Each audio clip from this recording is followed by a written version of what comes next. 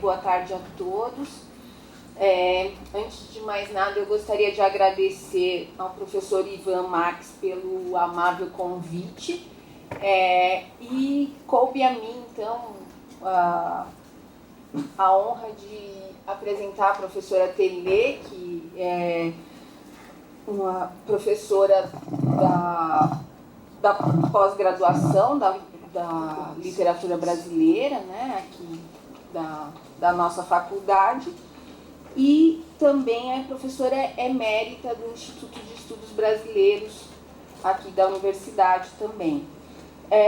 O nome da professora Telê está profundamente ligado ao nome do Mário de Andrade, por toda a sua vida dedicada aos estudos da obra desse escritor, até com algumas incursões em outras áreas que o polígrafo atuou, como a fotografia. Entre os livros que a Telê publicou, nós podemos destacar, são muitos, e ela também orientou muitas pessoas. O número, se vocês olharem o currículo Lattes dela, o número de orientações, mestrados e doutorados concluídos é realmente gigante. Vários professores que vocês conhecem em várias universidades no Brasil inteiro e até no exterior foram orientados pela professora Telê.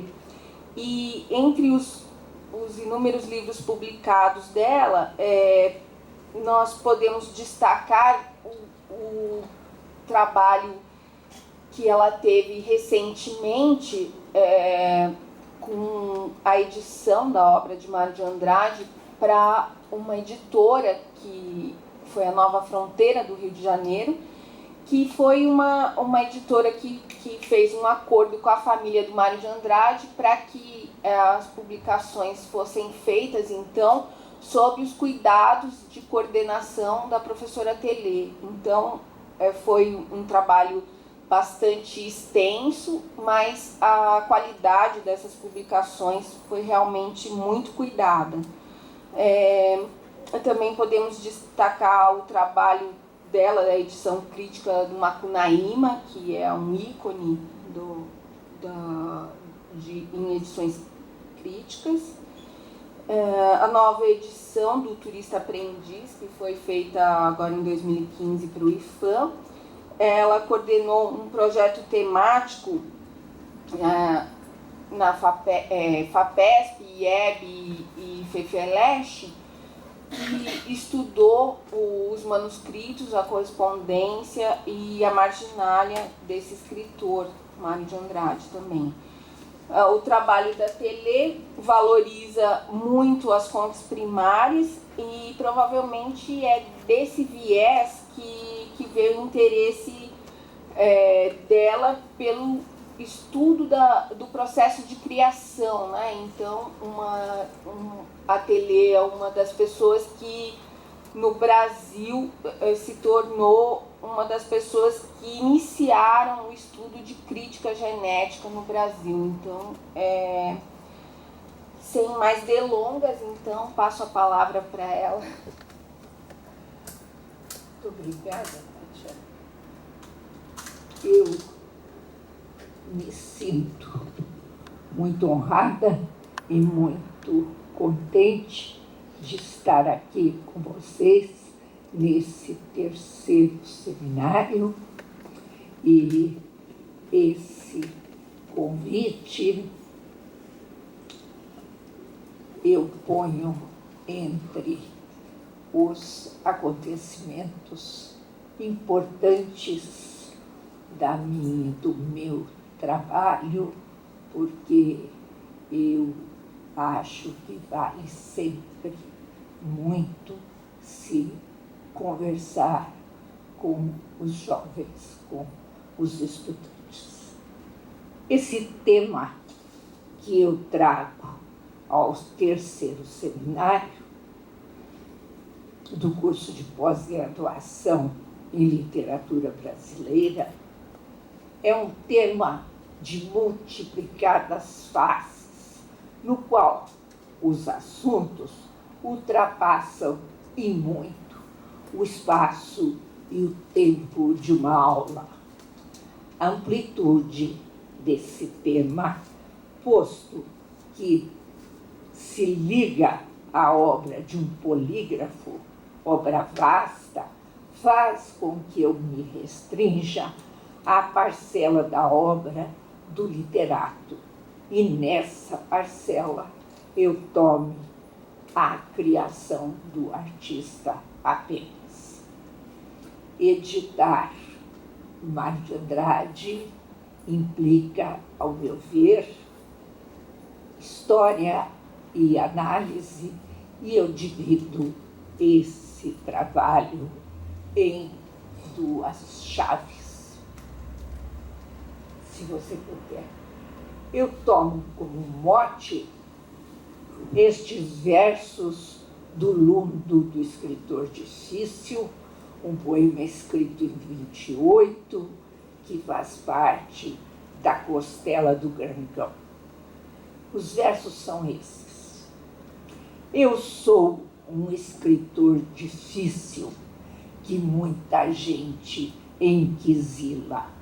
Porém, essa culpa é fácil de se acabar de uma vez. É só tirar a cortina que entra a luz nesta escurez. Eu emendo que se procura a luz nessa escurez, uma escurez que nós sabemos que não se dissipa completamente e que significa as interrogações que surgem no trabalho de quem se dispõe a editar Mário de Andrade hoje. Interrogações que precisam, que devem surgir para aqueles que lidam com éditos e inéditos, e mesmo quando tomam como base as edições tiradas em vida pelo escritor, devem reconhecer que ali pode haver ocorrido desvios de um projeto, incompreensões quanto a um vocabulário, quanto a soluções de estilo. Sempre a desconfiança quanto ao zelo da revisão, quanto ao zelo da composição em cumprir uma norma ortográfica. Deve entender que as edições Príncipes e que as edições em vida não significam a vontade do autor, como se ouve constantemente se dizer, mesmo porque essa vontade se coloca na esfera do desejo, da volição de um indivíduo e são, portanto, impossíveis de ser apreendidas. Devem entender que existe um projeto a ser desvendado, sobretudo nos manuscritos, na complexidade dos manuscritos, sujeitas à interpretação do crítico que se inclina sobre o projeto que está em cada obra, que pode ter linhas comuns quanto à proposta do Mário da língua, do emprego da língua portuguesa falada no Brasil. Mas essa linha geral, ela é quebrada no projeto de cada livro. Nós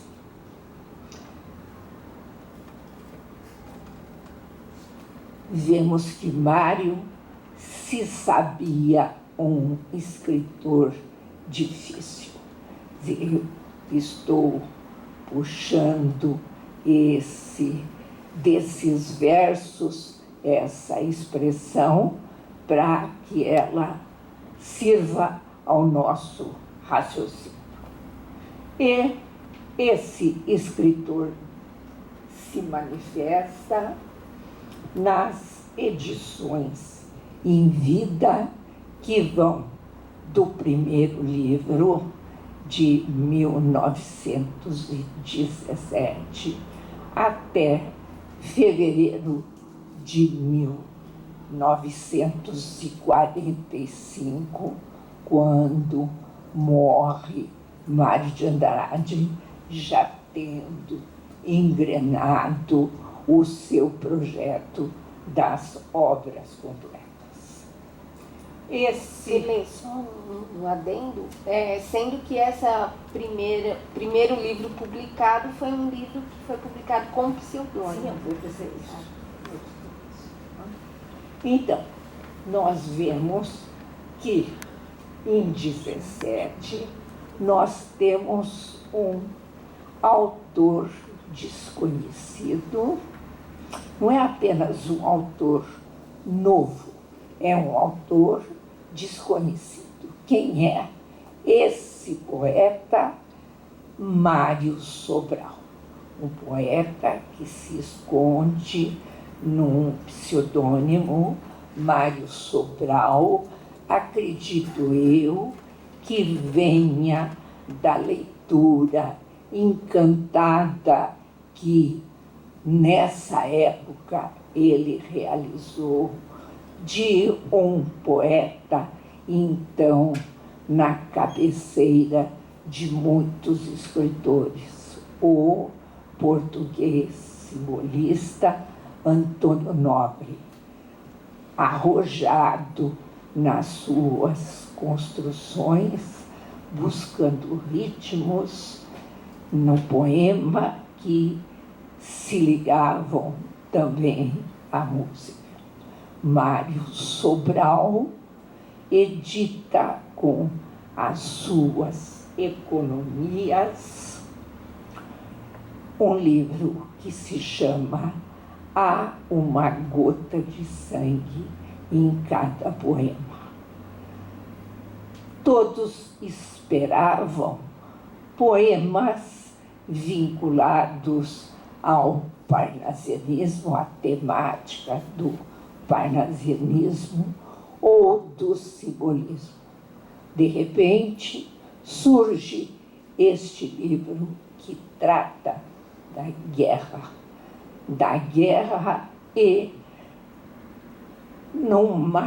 num viés pacifista que é rompido apenas numa acusação ao Kaiser. Um poema apenas. Os outros poemas denunciam o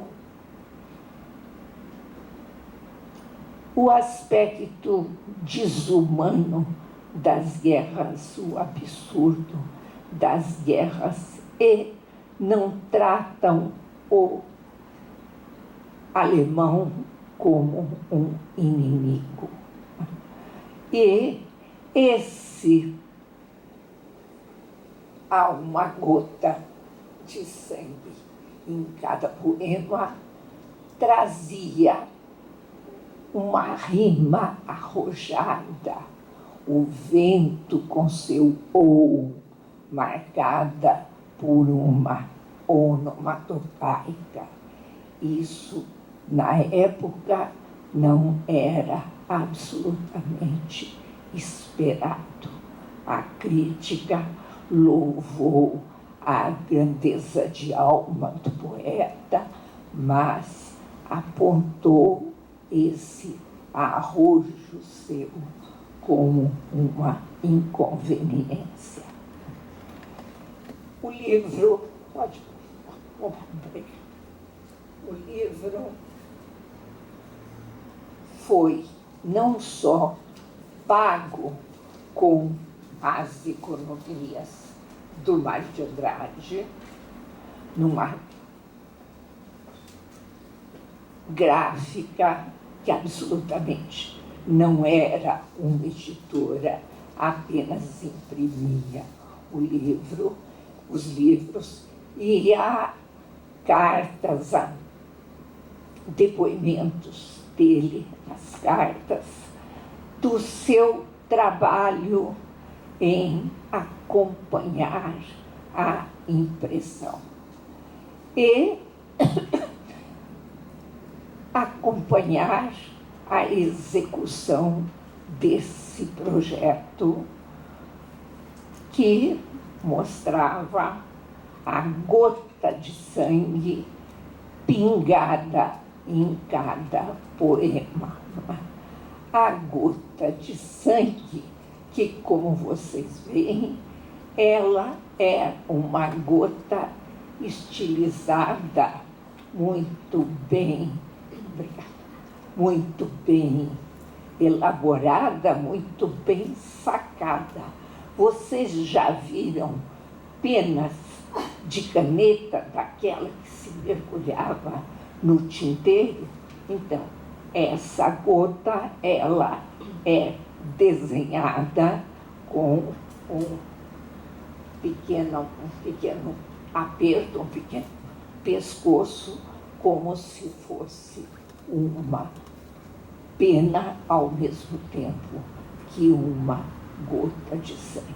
Isto é, a pena se transforma nessa solidariedade para com aqueles que haviam sido lesados pela guerra. O poema do qual eu falo é justamente esse: o vento reza um cantochão da liturgia católica. Vocês observam que não há pontos finais. Os versos terminam com reticências. Esses versos, essa forma de pontuar, deixando aberto o pensamento, vai ser reelaborada em 21, 22, como o verso harmônico em Pauliceia Desvairada. E vocês veem, há uma frase telegráfica: o vento reza um canto-chão, meio-dia, ponto. Um crepúsculo indeciso gira desde a manhã na paisagem funesta. De noite tempestuou, chuva de neve e de granito. Agora calma e paz, somente o vento continua com seu ou. Quer dizer, essa rima decalcada na onomatopeia. Nós podemos observar que esse autor que se escondia num pseudônimo vai participar da Semana de Arte Moderna em 22 e vai escrever e publicar também as suas expensas, isto é, as suas economias de professor no conservatório e de jornalista, não é? Para pagar a gráfica. Não é? E esse livro fundamental para o modernismo, que sai em 22, qual é mesmo, vocês se lembram? Pauliceia Desvairada. Pauliceia desvairada, com a sua capa, traje de Aleguim e com a sua estrutura de traje de Aleguim, graças ao verso harmônico e ao verso melódico. Enfim, não é hora de se cuidar disso, mas um modernista que publica seus contos de primeiro andar, isso na década de 20, publica Losango Caque, publica Clã do Jabuti, o romance Amar, Verbo Intransitivo, tudo às suas custas. Em Losango Caque, ele consegue a bela capa do Di Cavalcanti. E Mário de Andrade vai se afirmando, mas ainda não tem o aplauso do público, não tem a leitura de muita gente.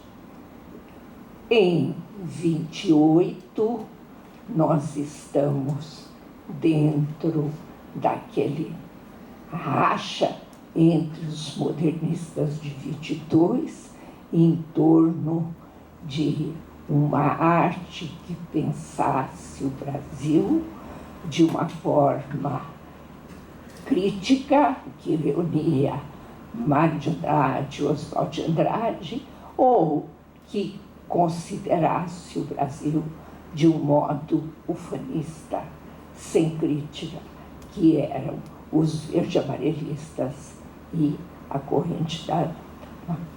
Pois bem, Mário escreve Macunaíma. Macunaíma, tendo como matriz principal o lendário, isto é, os mitos, as lendas e os contos recolhidos por um etnólogo alemão chamado Koch Grubeck. E essa matriz, que já se ligava, é importante que nós percebamos que a literatura tem as suas lendas, as suas encenações, mas tem também a matéria que é desencavada na pesquisa. E essa matéria contém muitos aspectos da história literária.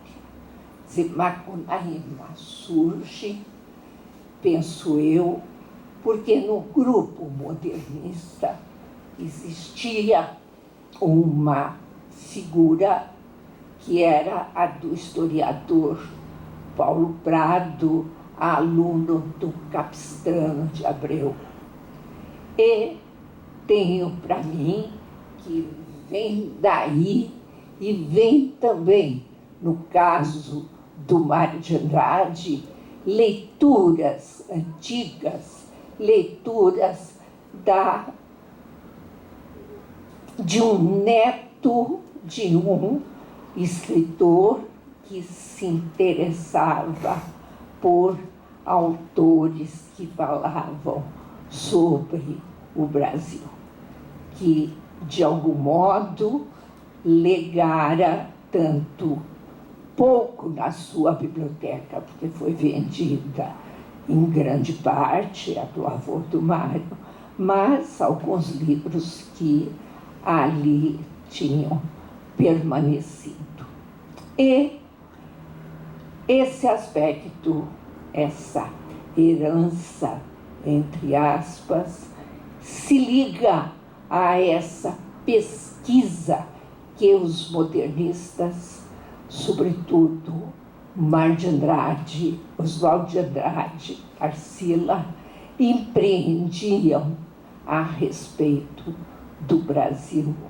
Na história, vocês veem pau-brasil, né, decalcado nas crônicas, nas matrizes, e vocês veem o Mar de Andrade na biblioteca dele, lendo Capistrano de Abreu, ganhando de presente de aniversário de um modernista, Luiz Aranha, um exemplar da obra que mais do Capistrano, a obra-chave ligada aos mitos indígenas, que é o Ranchanicuí, os Caxinauás do rio Ipabuçu, que é uma coletânea de mitos e de lendas e que traz também um vocabulário indígena. Zé Mário ganha isso no aniversário dele em 25. Em 25 ainda, quando ele escreve a carta aberta ao Alberto de Oliveira, ele já está usando expressões como serrapilheira, que é aquele mato que cerca a tribo dos Tapanhumas, ou, nesse caso, não tem os Tapanhumas ainda, mas que é ligado ao espaço dos indígenas presentes nessa obra. E o Mar de Andrade se encontra em 25 ou 26 com o Macunaíma. Macunaíma, que é aquele deus safado, preguiçoso, herói e anti-herói, conforme as suas proezas, encontra com outros personagens indígenas de igual quilate. Em 26, o Mar de Andrade está escrevendo o Macunaíma, juntando notas de trabalho e, nas margens do Fon Roraima, Tsum Orinoco, que é o livro em que Cor Gromberg recolhe um grande lendário indígena dos índios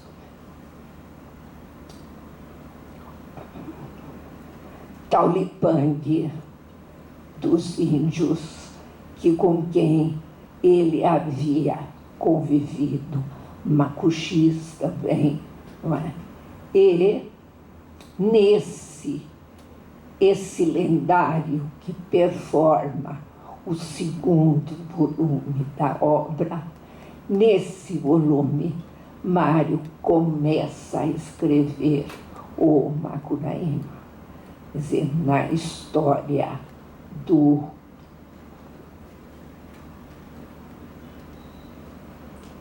índio que deixa de se casar com a filha do sol, ele esboça o que será o capítulo 8 de Macunaíma, Veio a Sol.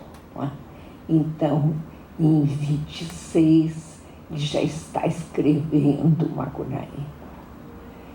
No fim do ano, ele pega essa tralha toda de notas, bibliografia, esboços, sabe-se lá o quê, porque não se tem mais, e vai para Araraquara, para a chácara da Sapucaia, do primo e grande amigo dele, Pio Lourenço Correia, a quem ele apelidara Tio Pio, não era tio, era primo. E lá ele escreve 2 versões e conta para todo mundo, por isso que eu digo a encenação que a literatura desenha e muitas vezes impõe e que nós piamente repetimos. Escreveu Macunaíma em uma semana. Ele próprio diz numa carta que Macunaíma foi resultado de um longo e árduo preparo. Mas essa ideia da semana foi propalada em cartas, até com contradições. A um dos seus correspondentes, ele disse, em 5 dias, vai diminuindo. A verdade é que no fim de 26, no fim de dezembro de 26 e no começo de janeiro de 27, ele escreveu as 2 primeiras versões, das quais só restaram, ele só guardou a primeira página. E essas versões foram seguidas, sabe-se lá de quantas, porque o manuscrito entregue à gráfica de Eugênio Cupolo, esse manuscrito não se tem mais. A verdade é que em 28, modernista conhecido, mas aplaudido apenas no seu meio, não é? Ele publica novamente às suas custas Macunaíma, o herói sem nenhum caráter. Observem que esse aposto não contém uma vírgula. Bom, isso é importante, daqui a pouco nós voltaremos a esse ponto. Mário publica, ele é um modernista aplaudido no seu grupo, mas um escritor maldito, de certo modo. Macunaíma, me disse uma contemporânea do Mário, que já nem vive mais, Macunaíma não entrava em casa de família, né?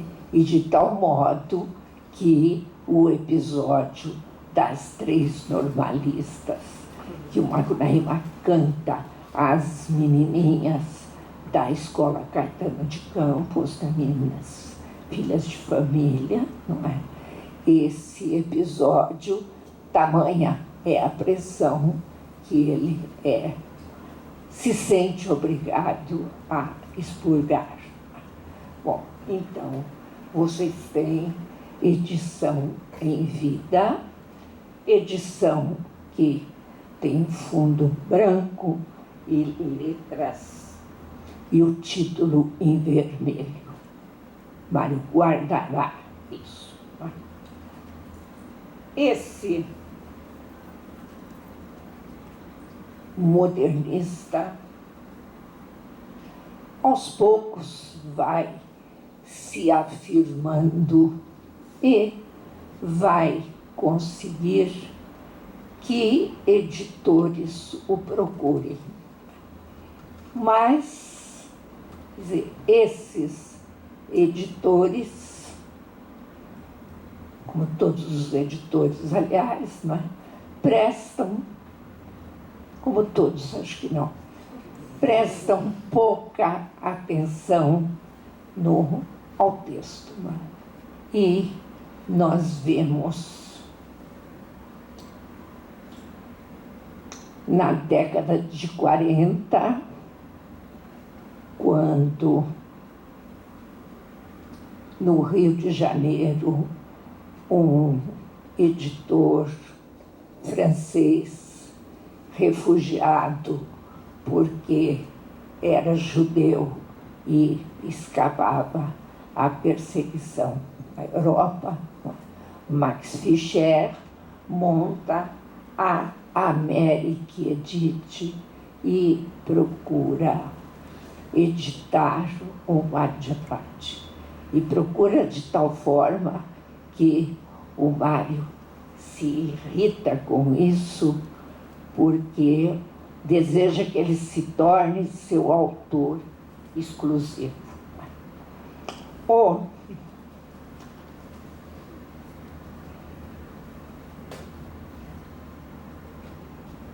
Essa edição vai ser recolhida porque Mário de Andrade flagra nela um sem número de arbitrariedades, de infidelidades.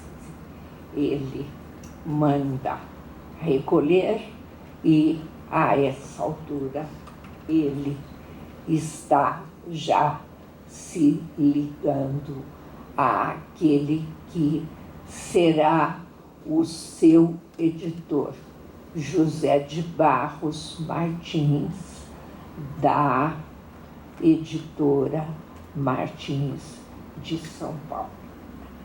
Antes disso, porém, em 1937, a editora José Olímpio, de José Olímpio Pereira, vem se dedicando a editar autores brasileiros contemporâneos e traz e edita o Macunaíma, do Mário de Andrade, também com problemas de fidelidade ao texto, mas não tão grandes quanto estes que o Mário de Andrade acusa num exemplar de trabalho do Belas Artes. Belas Artes, depois dessa edição que será recolhida por conta dos erros, mudará o título, será Os Contos de Belas Artes, não mais Belas Artes. Nós entramos, então, num segundo aspecto do editar Mário de Andrade, que é um escritor dificílimo, eu diria, para os seus editores. Isso nas edições que sucedem, que vêm depois da sua morte. Entre essas edições que saíram com muitos problemas estão a Lira Paulistana e as poesias completas. Eu acho que aqui a gente pode falar rapidamente sobre as editoras que se ligaram a um projeto de editar Mário de Andrade. Eu, conversando com o editor Martins, isso em 78, eu sou antiga, como vocês bem veem, né? Para não usar um sinônimo piorzinho, né? O Martins me disse que Mário era importante, mas não naquela época era tão importante quanto nós pensamos. E que ele, Martins, tinha um dinheiro sobrando, assim diz. Então, resolveu empregar nesse projeto das obras completas do Mar de Andrade. Acho eu que, como um editor de faro, ele, Martins, havia percebido que Mar de Andrade seria, no futuro, um escritor muito lido e que teria muitas de suas obras esgotadas. Em 42, Mar de Andrade traça o plano das obras completas, né? E ele vê pouca coisa.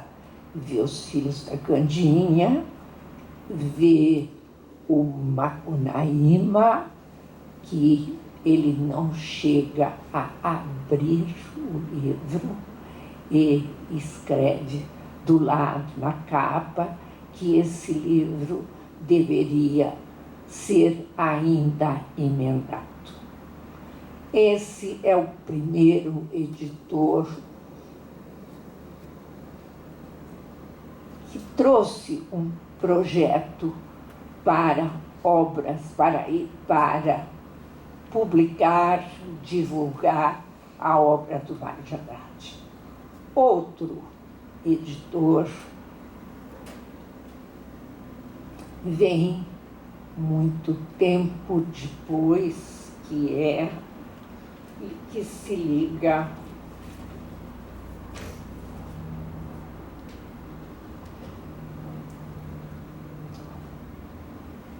não mais a um projeto comercial, como foi o da América Edite, do Max Fischer, mas ou o da Livraria Martins, mas um projeto que nasce na Universidade de São Paulo, a BULB. BULB, que se dizia de brincadeira, era a Biblioteca Universitária de Literatura Brasileira. E essa biblioteca trouxe a primeira edição crítica do Macunaíma, vinculada aos manuscritos e às edições em vida. Ela saiu em 78. Depois da BULB, considerando também um projeto institucional, veio a coleção Arquivos ou Arquivos da Unesco, que editou escritores da América Latina e do Caribe. E essa edição Arquivos, para essa edição Arquivos, foi feita uma segunda edição crítica do Macunaíma, que teve uma tiragem em 1988 e outra em 1996. Ambas, como a primeira edição crítica, ligadas à análise do projeto literário e aos manuscritos.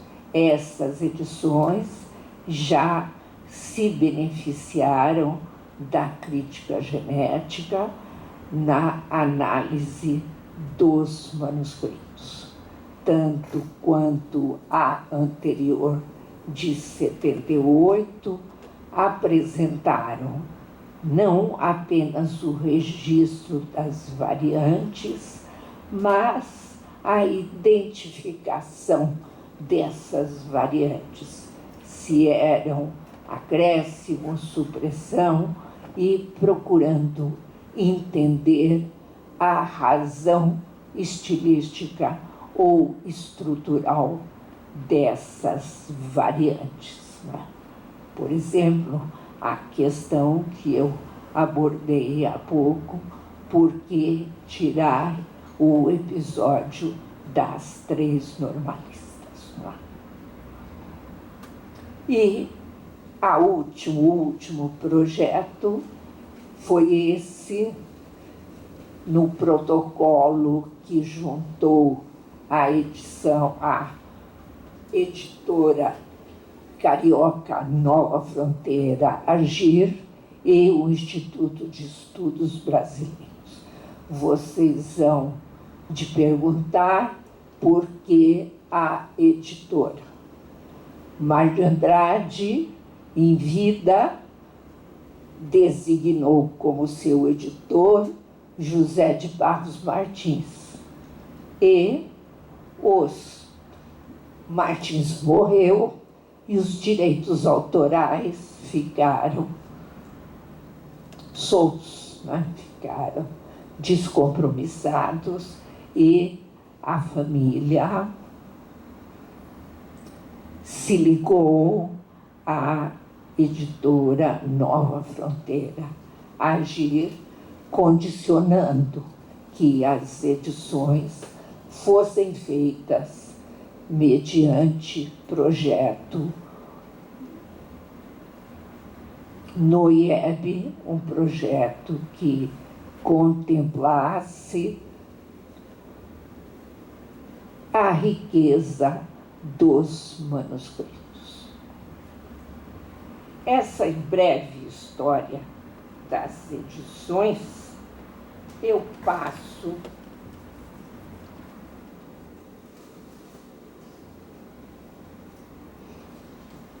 a questão do projeto literário, que é o ponto que deve nortear não só quem prepara edição do Mário de Andrade, mas todos aqueles que preparam edições de romancistas, poetas, enfim, não é? E qualquer edição. Em suma, há que descobrir um projeto literário. E as edições do Mário de Andrade devem buscar esse projeto no manuscrito, né? Um manuscrito que está nas notas de trabalho, mas que, em termos de texto completo, está, sobretudo, nos exemplares de trabalho. Exemplares de trabalho que eu ponho entre aspas e que o Mário inventou como um substantivo composto, não é? Exemplar de trabalho é aquele livro, aquele exemplar do livro sobre o qual são feitas rasuras. Esse exemplar é rasurado, são cortados elementos, são subtraídos, são acrescentados trechos, são feitas correções quando há erros, a pontuação é mexida, não é? Há um deslocamento nas frases, não é? E esse exemplar que soma o texto impresso e a rasura, que como rasura só pode ser autógrafa, não é? Ele se transforma em um manuscrito. E um exemplo de desse trabalho realizado pelo escritor está no exemplar de trabalho da primeira edição, que deu base à segunda edição do Macunaíma. Não é? Passa o anterior.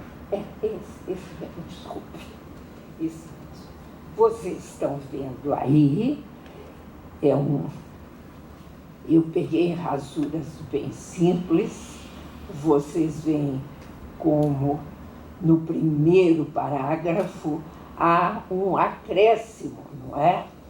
Ele frequentava com aplicação a murua, a poracê, o dorê, a cucuicog, todas essas danças religiosas da tribo.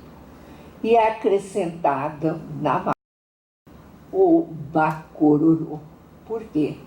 Para dar uma cobertura fiel às danças? Claro que não. Né? O que Macunaíma, no final do livro, no epílogo,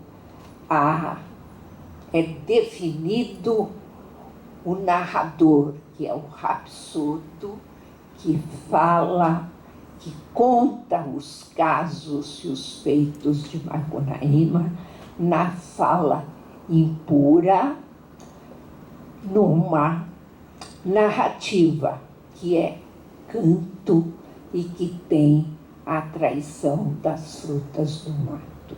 Quer dizer, é um canto, é uma rapsódia. Quer dizer, Macunaíma explora a sonoridade.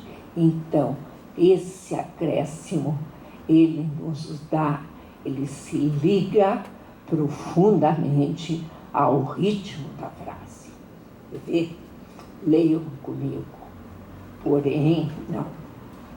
Frequentava com aplicação a porê, a poracê, o torê, o bacororô, a cucuicog, todas essas danças religiosas da tribo. Vocês veem que é criado um efeito, né? Uma sonoridade de uma música, não é?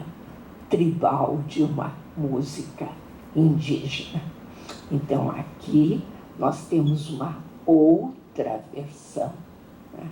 Um outro Macunaíma, um novo Macunaíma. Depois tem outra substituição, em vez de falando, sonhando palavras feias. Quer dizer, o herói era tão imbuído, não é, do seu interesse de falar porcaria, como aparece no episódio do Oibê, e como a coprolalia, o gosto de falar besteira, de falar palavrão, é marcado por Mário de Andrade como um dos traços do brasileiro, não é? O Macunaíma não está falando, ele sonha. Quer dizer, isso é bem mais profundo, não é? E depois há muitas e muitas outras rasuras, não é? Essas versões no exemplar de trabalho são preciosas porque elas nos indicam que o processo de criação é dinâmico, que não existe um fecho, que o autor está sempre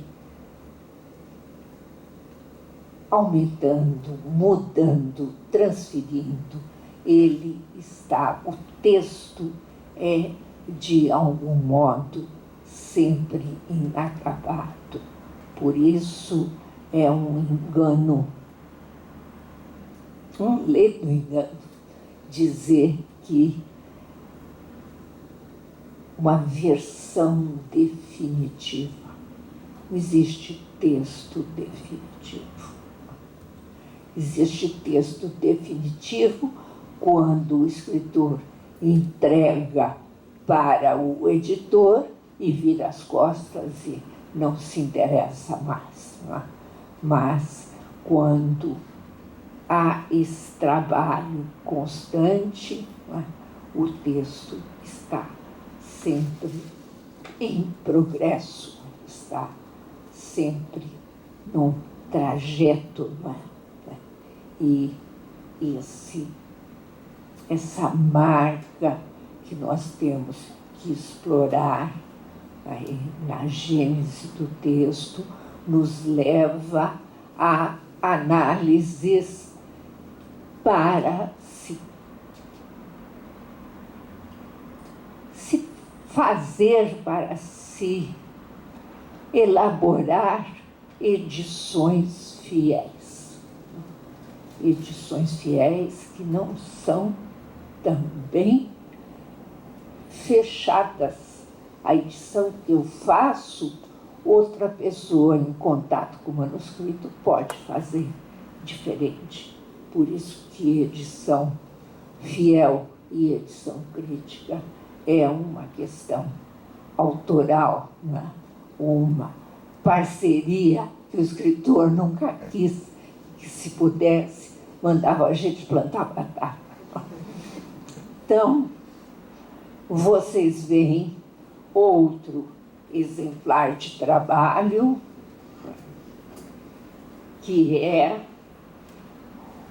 a segunda edição do Macunaíma, que se torna, nessa edição, Mar de Andrade pega um outro exemplar para fazer a terceira edição, que é a edição da Martins.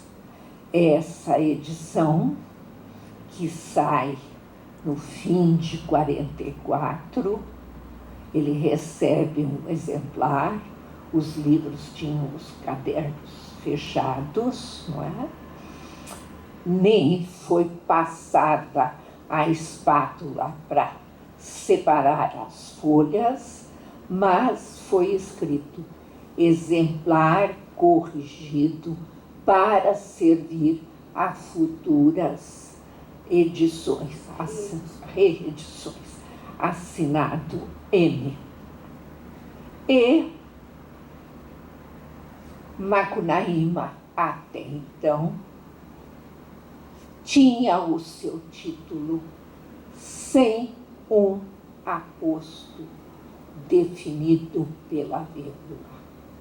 Quando Mário de Andrade destina um exemplar ao jornalista Paulo Zing, isso em 44, ele acrescenta na capa Macunaíma, vírgula, o herói sem nenhum caráter.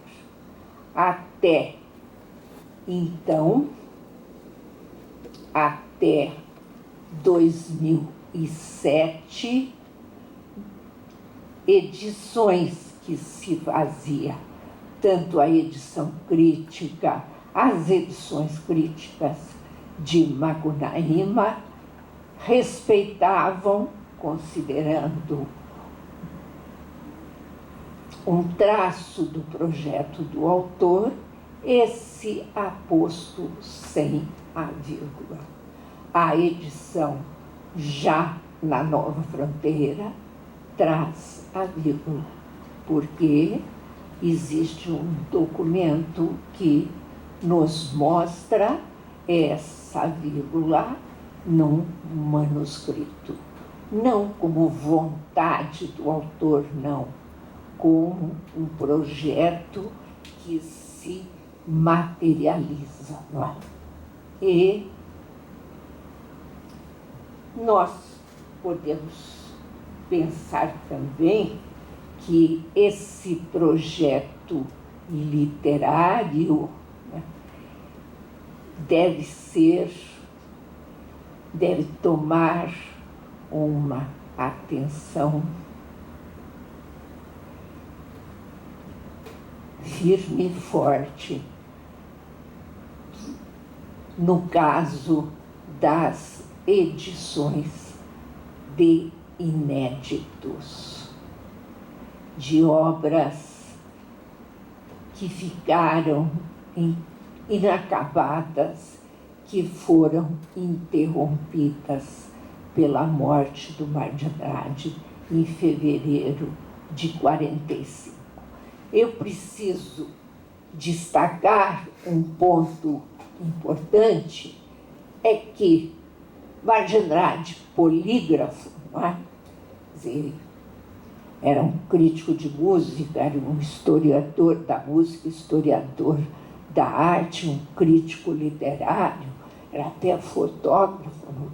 Ele jamais cuidava de um só projeto. Ele estava, em geral, escrevendo 2 ou 3 coisas. Por exemplo, no fim da vida, ele está escrevendo o Padre Jesuíno do Monte Carmelo, mas está também apurando os seus contos, que ele não chega a ver a edição. Os contos serão contos batizados, contos novos, com base na interpretação de uma nota deixada por ele, uma edição feita por seus amigos Antônio Cândido, Gilda de Melo Souza e pelo cunhado dele, Eduardo Ribeiro dos Santos Camargo, quem transcrevia dos manuscritos. Então, essa edição de uma obra inacabada prendeu-se a uma pasta e a uma interpretação do que seria uma última versão. E que, no trabalho que foi feito no IEB de classificação dos manuscritos do Mário de Andrade, percebeu-se que a edição dos contos novos era um trabalho muito mais complexo. Esse manuscrito foi classificado por Hugo Rocha e a edição foi feita por Aline Marques com base na classificação do Hugo Rocha. Vocês veem, por exemplo, um manuscrito como do conto O Ladrão, não é? Esse conto tinha no seu dossiê, isto é, na pasta que reunia os documentos do processo criativo, ele trazia um exemplar de trabalho que vocês veem naquele recorte de jornal, no qual o conto surge numa primeira versão com o título de O Fugitivo, né? E o trabalho de editar acompanhou, procurou deduzir, analisar no manuscrito, isto é, em notas de trabalho, em versões, em exemplares de trabalho de parcelas publicadas, procurou buscar um texto que atribuiu ao Mário de Andrade, não é? Fazendo essa edição fiel, fidedigna dos contos novos, né? Um caso, um aspecto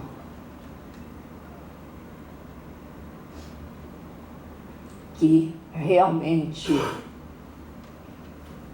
valoriza o trabalho com as edições de obras inacabadas, que são muitas.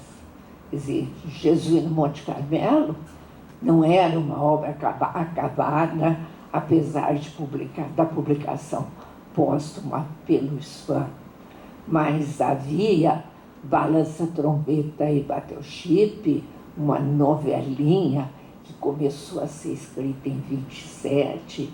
Havia O Turista Aprendiz, que tinha até prefácio, mas que estava inacabado. Havia o romance Quatro Pessoas e havia esse romance que mobilizou a atenção, mobilizou a criação do Mário de Andrade durante muito tempo, que é o café. Quer dizer, o café...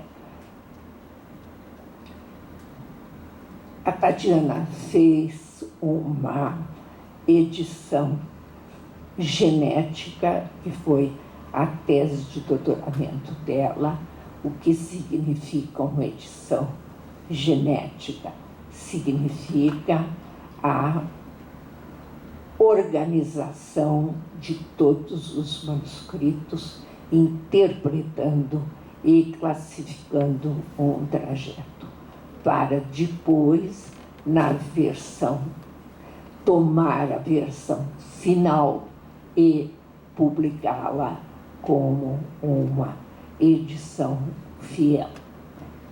Esse café, vocês veem um manuscrito, aí se tem uma nota, um plano, depois vocês veem um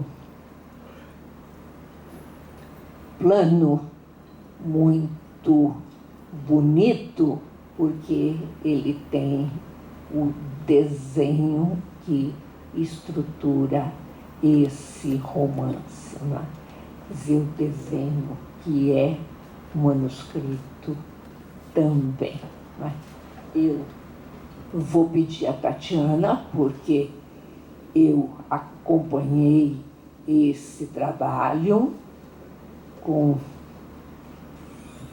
um júbilo que é mais do que alegria, diante das descobertas que essa pesquisadora incansável e arguta que é a Tatiana Longo Figueiredo foi conseguindo. Eu peço então a você, Tatiana, que fale um pouco sobre o café, mas antes eu preciso dizer a vocês que a análise do projeto não depende apenas dos manuscritos que estão nos dossiês que marcam cada título. Ela também está no que nós chamamos de arquivos da criação. O que são os arquivos da criação? São matéria que não faz parte do texto, mas que define ou explica o texto. Por exemplo, Macunaíma tem os seus prefácios, né? Nas cartas, né? O escritor vai definindo, vai mostrando a elaboração, as diferenças que vão surgindo entre um momento e outro. Então, nas cartas, nos prefácios, nas entrevistas, na marginalia, isto é, em textos lidos pelo escritor, nos quais ele depositou nas margens uma nota, enfim, uma nota que se liga à criação. Então, quer dizer, é fundamental para se editar tanto Mário de Andrade como qualquer autor, se buscar o projeto daquela obra, daquela obra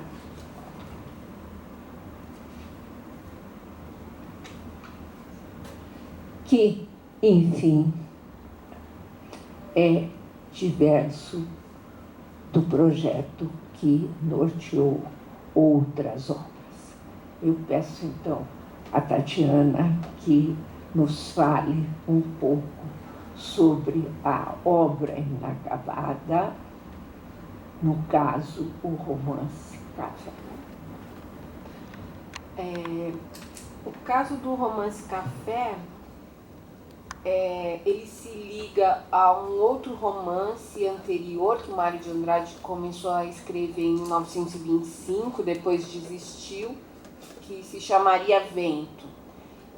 Esse esquema que está exposto aí, eu gostaria de ler. Não, esse aí. O desse aí. Ele escreve assim: romance de tragédias intensas, a grande miséria humana, livro tristíssimo, porém firme, conciso, sóbrio na sua ardente dor. E forma do livro, aí ele desenha e ele explica, e ele diz, na explicação, o tema do café, e ele desenha um losango, percorre todo o livro e tem sua explosão com a geada central, e é aquela parte maior do losango, né? O núcleo. O tema de amor Carlos e Maria, que é um hexágono que tem dentro desse losango, percorre quase todo o livro, menos início e epílogo, e tem seu clímax com a separação. Os temas, as duas irmãs e o católico, episódios violentos, rápidos, tempestades. O Mário de Andrade pretendia, como no plano que está anterior a esse, ele pretendia um romance longo com 5 partes e ele tem um mar de papéis para essas partes. Só que, de fato, como texto mesmo, ele só escreve 2 dessas partes, né? A Noite de Sábado e Uma Família Paulista, que ele muda de nome depois. As outras partes, a terceira parte, A Noite de Ventania, Indivíduos e Dia da Falsa Glória, essas partes, ele tem muitas notas preparatórias, alguns esboços, mas a redação dessas partes não é concluída. Quando eu fiz o meu trabalho, então, minha tese de doutoramento, eu percorri todo esse manuscrito e fui determinando as etapas da criação do Mário de Andrade, envolvendo o manuscrito e as matrizes a que ele percorre, que ele se dispõe a trabalhar também. Então ele recolhe recortes de jornais, porque no primeiro capítulo ele vai falar bastante do Chico Antônio, que era um nordestino, que chega em São Paulo, que é uma cidade totalmente cheia de imigrantes. Então ele trabalha com todos esses elementos no primeiro capítulo. E em Uma Família Paulista, nesse segundo capítulo, ele trabalha com a família os ricos, né, as pessoas Quatrocentões. quatrocentões, as pessoas que detinham o poder econômico do café naquele momento, a passagem que ocorre com a quebra do café, né, quando já aquele sonho de morar na Avenida Paulista já não podia mais existir. Eles precisavam voltar para suas fazendas ou eles iam à bancarrota.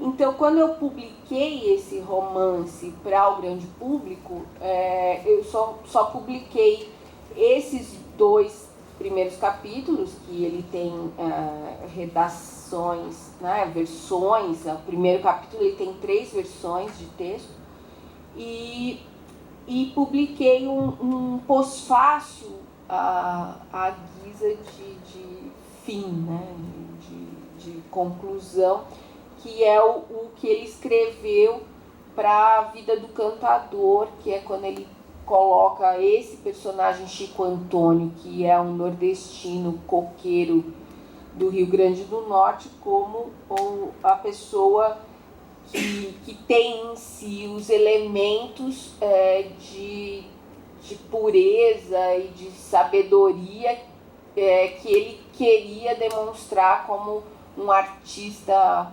perfeito ali. Então, em 43, ele aproveita essa história do romance, que ele não tinha publicado ainda, e escreve, então, em jornal Vida do Cantador, e o fecho que ele dá para esse Chico Antônio é o fecho que eu usei, então, na edição do romance. Acho que é isso. Eu acho que é isso. Que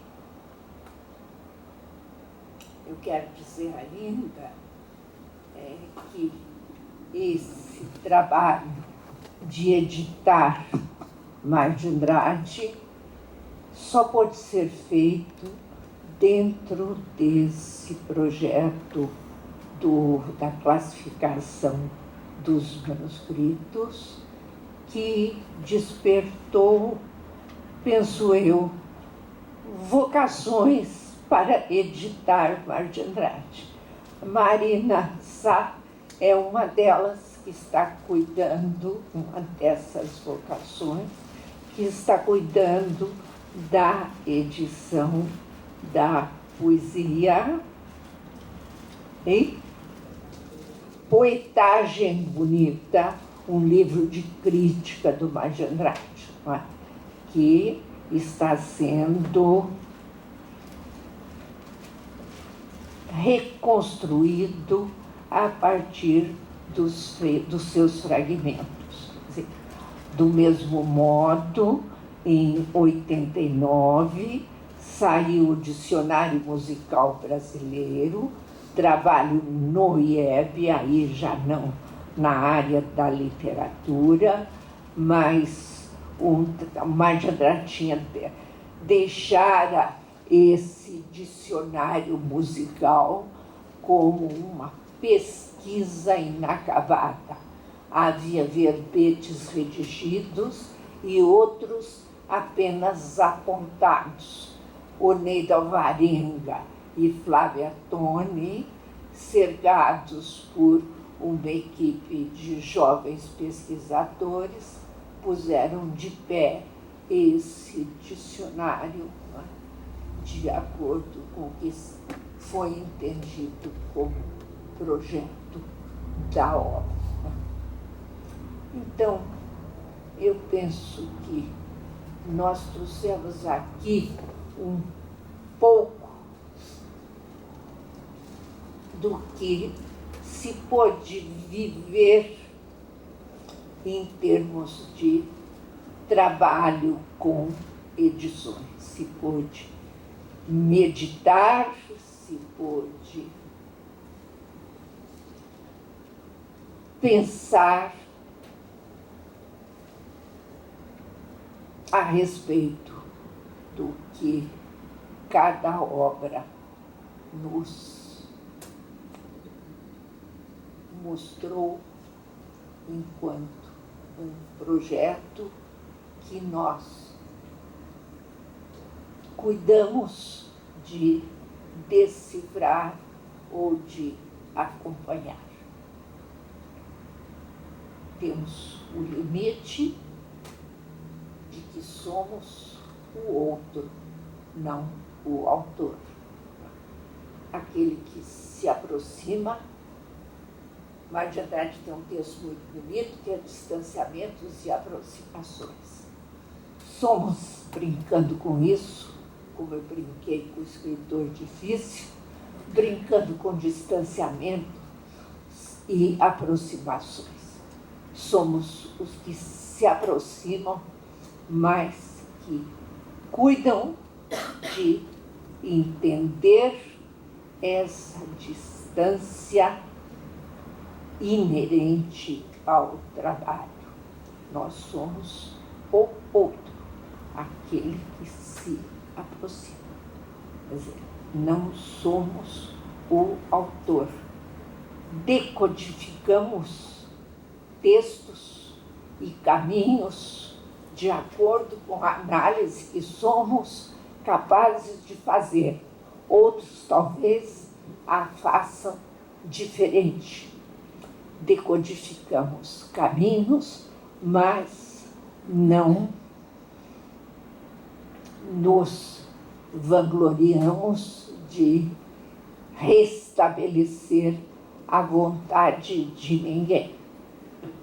Quer dizer, procuramos, na nossa interpretação, uma reconstrução provável de um projeto.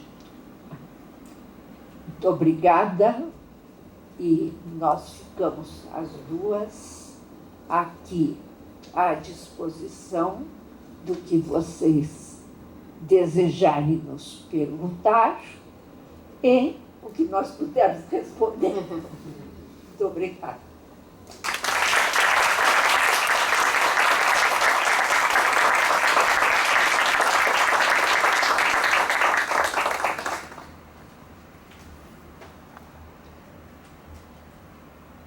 Temos perguntas? Posso fazer uma? Na verdade, várias eu poderia fazer. Quero parabenizar a vocês por essa mesa, a professora Pelé, por esse trabalho tão longo, né, em torno desse tema, desse assunto tão difícil. Né? E queria, na verdade, aproveitar essa oportunidade para ouvir alguma coisa que acabou não entrando tanto na conferência, que é o processo relativo ao turista-aprendiz. Né? Que é uma obra tão relacionada à Macunaíma, e eu acho uma das grandes obras do Mário de Andrade, na minha opinião. E engatando aí essa pergunta, né, se vocês pudessem falar um pouco desse processo, da questão da Pelé, também queria lembrar que a professora Pelé, até onde eu sei, é uma das poucas pesquisadoras que, para além do texto do Mário de Andrade, valorizou também o trabalho de fotógrafo do Mário de Andrade. Então, se a senhora puder falar um pouco sobre essas coisas, eu ficaria grato. Olha, eu tenho uma aluna, Viviane Vilela, cujo mestrado vai ser ou está sendo uma análise muito específica do Mário fotógrafo. E há também Luiz Bargmann, um fotógrafo e cineasta que está se ocupando do Mário fotógrafo.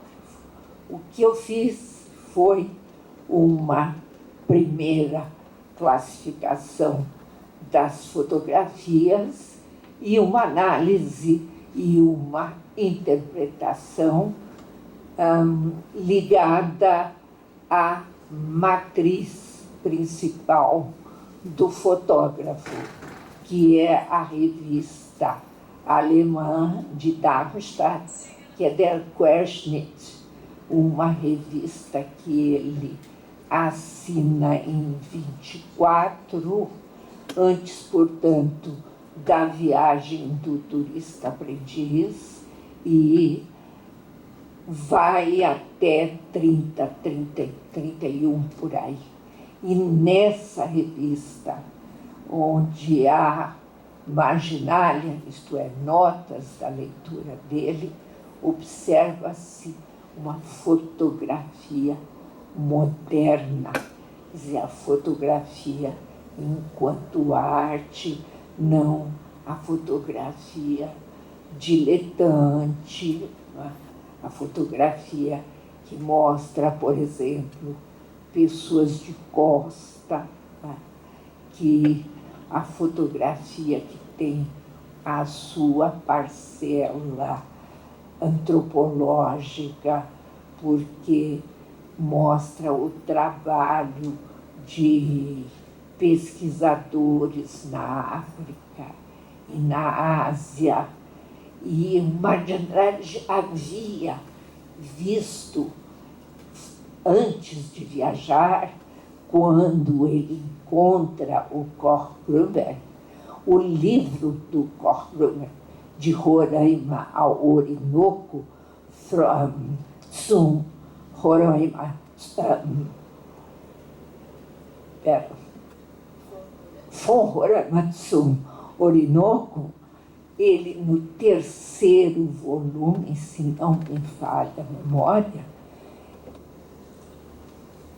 ele encontrou as fotografias feitas pelo Koch Gruber, que era ligado a uma corrente etnológica renovadora na Alemanha, a Volkskunde, e ele fotografa os índios muito puditicamente, né?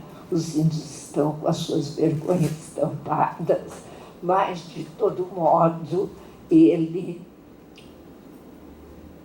pôde valer para o Mário de Andrade como matriz de fotografia, né? De fotografia nesse sentido de documentário, que o Mário faz no Turista Aprendiz, marcando um aspecto que ele, pioneiro, um dos vários, traz à tona, que é o patrimônio imaterial, as danças, né? O fotógrafo procura, pega um pastoril, né? E essas duas matrizes, a Der Querschnitt, a revista que é um corte vertical, né? E o livro do Koch Gruber, mais tudo que ele devia frequentar por São Paulo, né? Que era muito pouco em termos de fotografia, mas que existia, né? Quer dizer, ele levou para esse momento privilegiado do Mário fotógrafo, que foi a viagem do Turista Aprendiz, que se prolongou no Ano Novo de 28, na fazenda da Tarsila, quando ele fotografa, ele tem o autorretrato do fotógrafo, que é Sombra Minha. Ele faz uma legenda parodiando Camões, não é? Alma minha.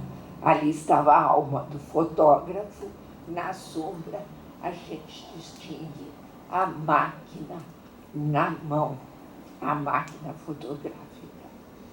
Pensava-se que essa experiência tivesse terminado em 32, com umas fotos da rua em que ele morava, mas a Viviane descobriu que durante o tempo do SFAM, de encarregado dessa região de São Paulo, Paraná, etc., que o Mário também fotografou.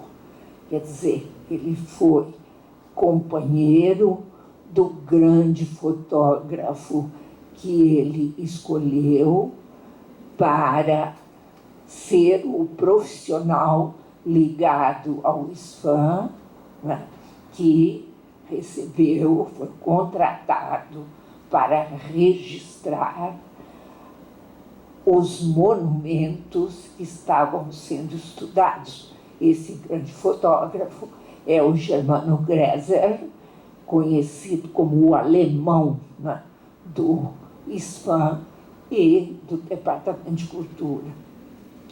E não no Departamento de Cultura, não.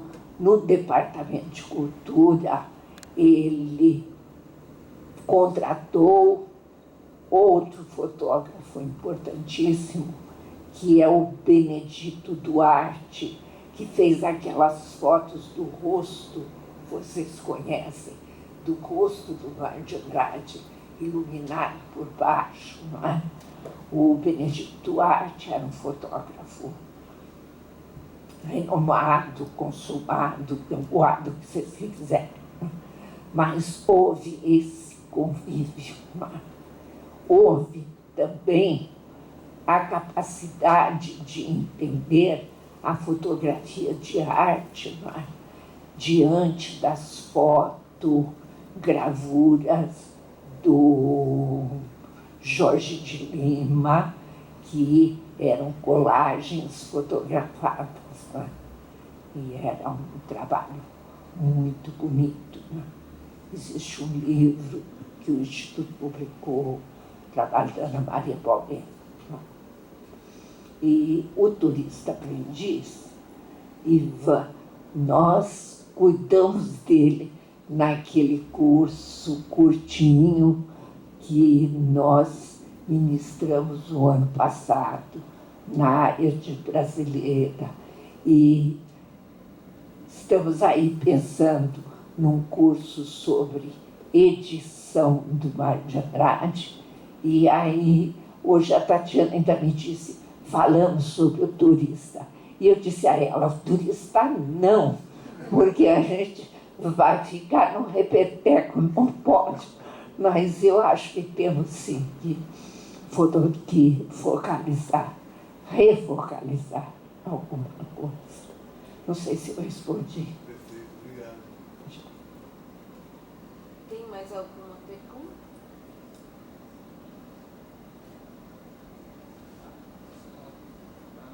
Uma pergunta que fiquei curioso agora por esse começo independente do Mário.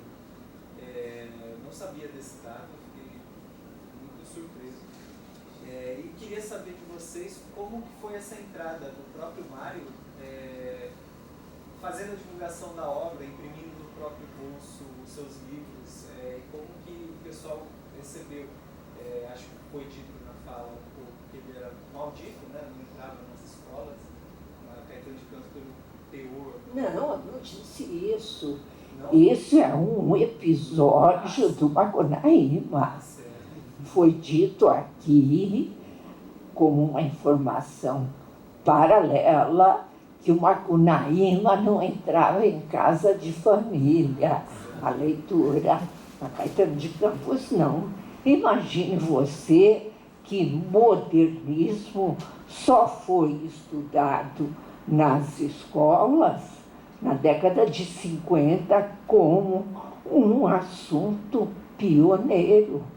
Eu tive a sorte de, em Ribeirão Preto, ter uma professora no Ginásio do Estado, formada pela USP, que deu modernismo para a gente, Florenete Guimarães, porque ia-se até o simbolismo, quando muito. E nós, olha, foi uma beleza.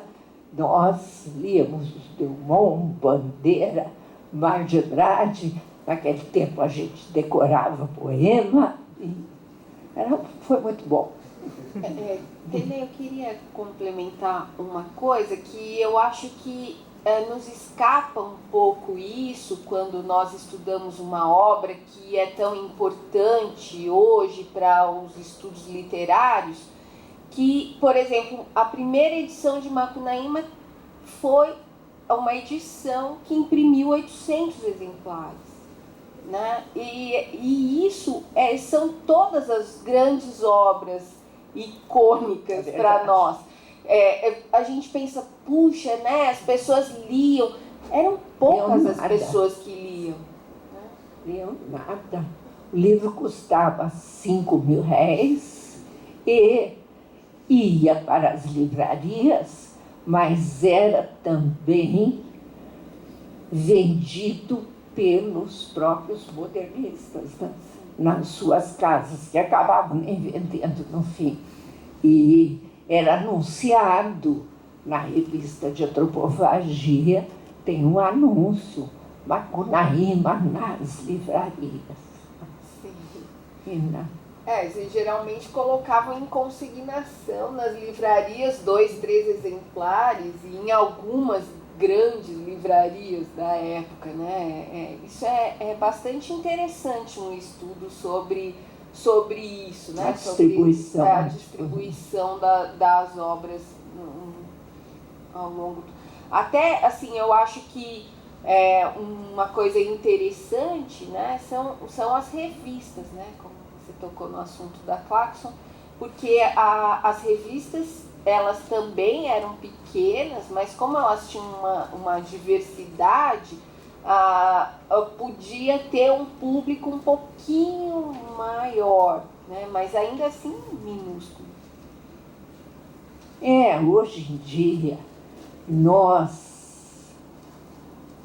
fazemos uma certa ficção a respeito do modernismo durante a época dos modernistas. Eles também faziam toda uma encenação, né, que chega até nós e nos dá, às vezes, uma ilusão de um público grande, mas era pequeno esse público, não era assim. Não era, sobretudo, um público interessado no escândalo que significava, por exemplo, os poemas do Drummond, né? No meio do caminho tinha uma pedra. Era considerado não literatura, isso era objeto de riso, de chacota.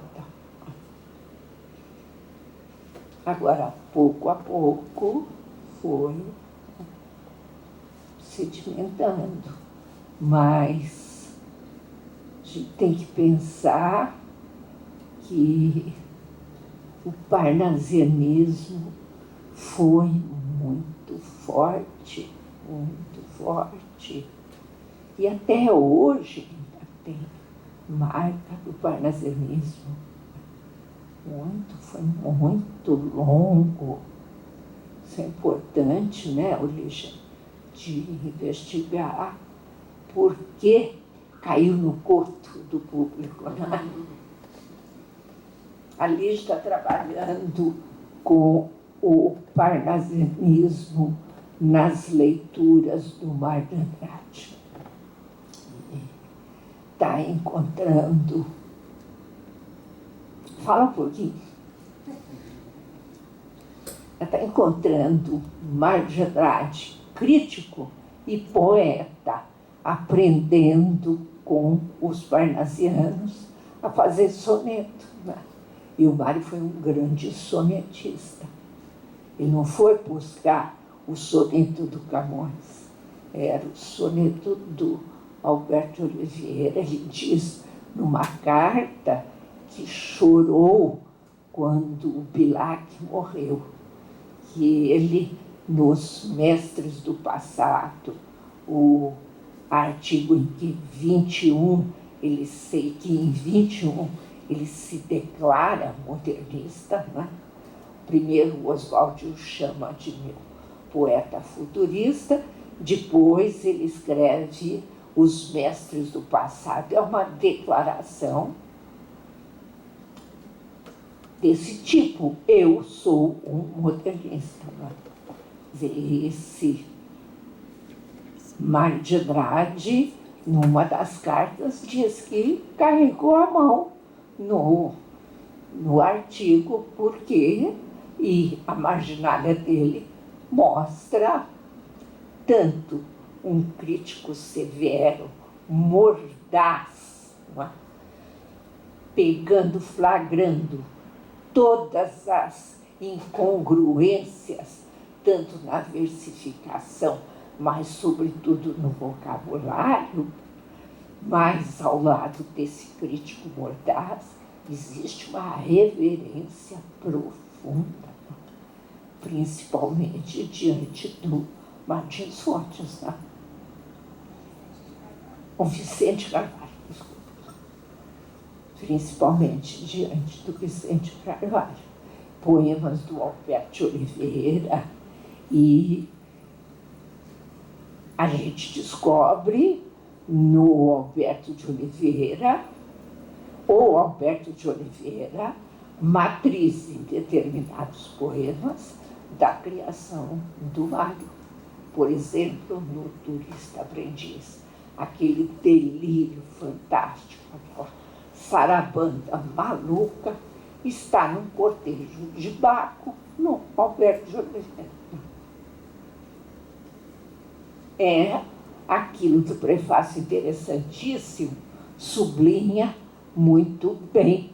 O passado é lição para se meditar, né?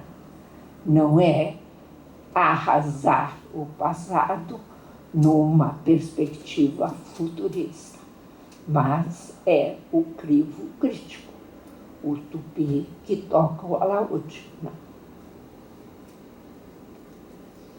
Mais perguntas? Então, acho que podemos encerrar. Sim.